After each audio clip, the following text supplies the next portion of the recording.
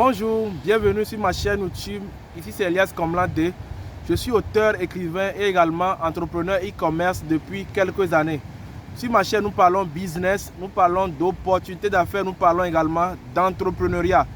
Mais avant de commencer cette vidéo, je te propose de faire deux choses. La première, abonne-toi à ma chaîne en cliquant sur s'abonner. Et la seconde, clique sur la cloche de notification pour ne pas rater nos prochaines publications.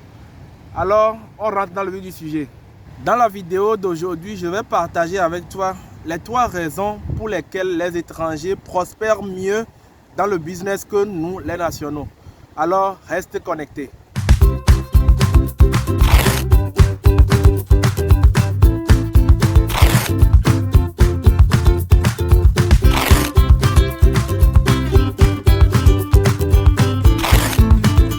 Première raison principale pour laquelle les étrangers prospèrent mieux dans le business que nous les nationaux, c'est qu'ils sont solidaires.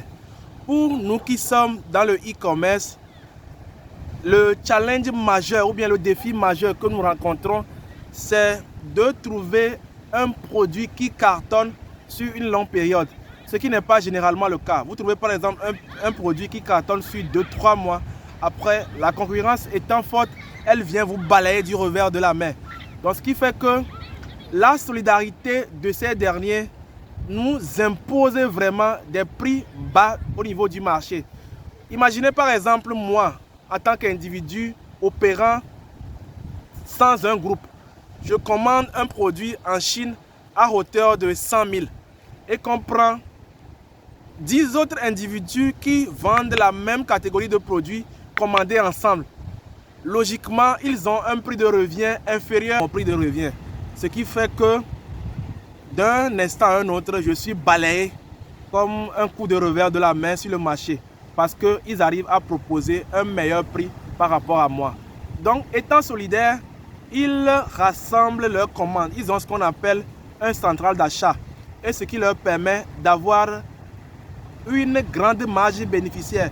Donc, eux, ils peuvent gagner par exemple 100 francs sur un produit. Mais quand on prend le nombre qu'ils vont mettre sur le marché, ils vont gagner par rapport à moi. D'ailleurs, les produits que nous offrons sont de même qualité et le consommateur va trouver opportun d'acheter les produits auprès de ce dernier. Par exemple, nous qui sommes dans le e-commerce, généralement, nous sommes dans ce qu'on appelle dans le jargon de l'entrepreneuriat de survie. Parce que vous trouvez un produit qui cartonne aujourd'hui, demain, la concurrence vous balaye sur le marché. Donc le défi majeur des e-commerçants que nous sommes, c'est de pouvoir trouver un produit qui cartonne sur le marché pendant une longue durée. Ce qui n'est pas généralement le cas parce que nous évoluons à titre individuel, si je peux le dire comme ça. Alors que les étrangers, ils se sont mieux organisés, ils commandent en gros, ils rassemblent les commandes, ce qui fait qu'ils ont une grande marge bénéficiaire. D'ailleurs, les produits qu'ils commandent à l'extérieur leur revient moins cher par rapport à nous. Ce qui fait qu'eux, ils offrent un meilleur prix avec la même qualité. Logiquement, les consommateurs vont acheter les produits auprès de ces derniers. Et c'est ce qui fait qu'eux, ils arrivent à vite écouler la marchandise par rapport à nous. Donc, si nous voulons véritablement s'imposer sur le marché, il va falloir que nous qui sommes dans divers secteurs d'activité, nous commencions à nous regrouper afin de chercher à peser dans la balance. Sinon, nous serons toujours le dernier de la classe. La seconde raison pour laquelle les étrangers prospèrent mieux dans le business que nous, c'est que eux, ils essaient de s'entraider entre eux. C'est-à-dire, ils essaient de construire celui qui se bat, alors que nous, on essaie de détruire celui qui veut monter à l'échelle ou bien au sommet. Ce qui n'est pas le cas chez eux. Vous n'allez pas voir par exemple un étranger qui sait que son confrère vend un produit dont il a besoin et il va aller acheter ça auprès d'une autre personne. Mais nous, qu'est-ce que nous faisons? Nous n'agissons pas ainsi parce que lorsque nos confrères s'enrichissent, ça nous fait mal.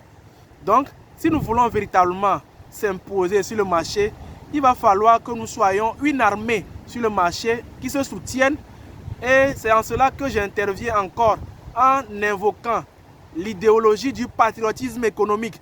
Ce qui fait que lorsque nos compatriotes entreprennent dans une certaine activité, il est très important que nous les soutenions en achetant les produits afin de les aider à grandir économiquement sur le marché. La troisième et dernière raison pour laquelle les étrangers prospèrent mieux dans le business que nous, c'est qu'ils entretiennent une relation clientèle de qualité, ce qui n'est pas généralement le cas des compatriotes que nous sommes. Lorsqu'un client vient chez vous pour acheter un produit, il se sent désiré lorsqu'il est bien traité. Naturellement, il va revenir acheter encore chez vous lorsqu'il a les besoins. Et il sera même tenté de recommander vos produits à d'autres personnes de son répertoire, ce qui va vous aider à agrandir naturellement votre clientèle. Ce qu'il faut retenir, c'est que sur le marché, il y a plusieurs raisons qui font que les étrangers réussissent mieux que nous. Il faut que nous soyons solidaires, il faut que nous essayions de bâtir ceux qui se battent, que nous essayions de les tirer vers le sommet, que de vouloir les détruire. Troisièmement, il faut que nous ayons une bonne relation clientèle vis-à-vis de nos clients. Parce que si nos activités prospèrent, c'est grâce à ces derniers. Et il va falloir que nous accordions une importance capitale si nous voulons véritablement réussir dans le business. Ce sera tout pour la vidéo d'aujourd'hui. Alors si elle t'a plu, je t'invite à lâcher un petit pouce bleu, à t'abonner à la chaîne et en cliquant également sur la cloche de notification afin de ne pas rater nos prochaines publications.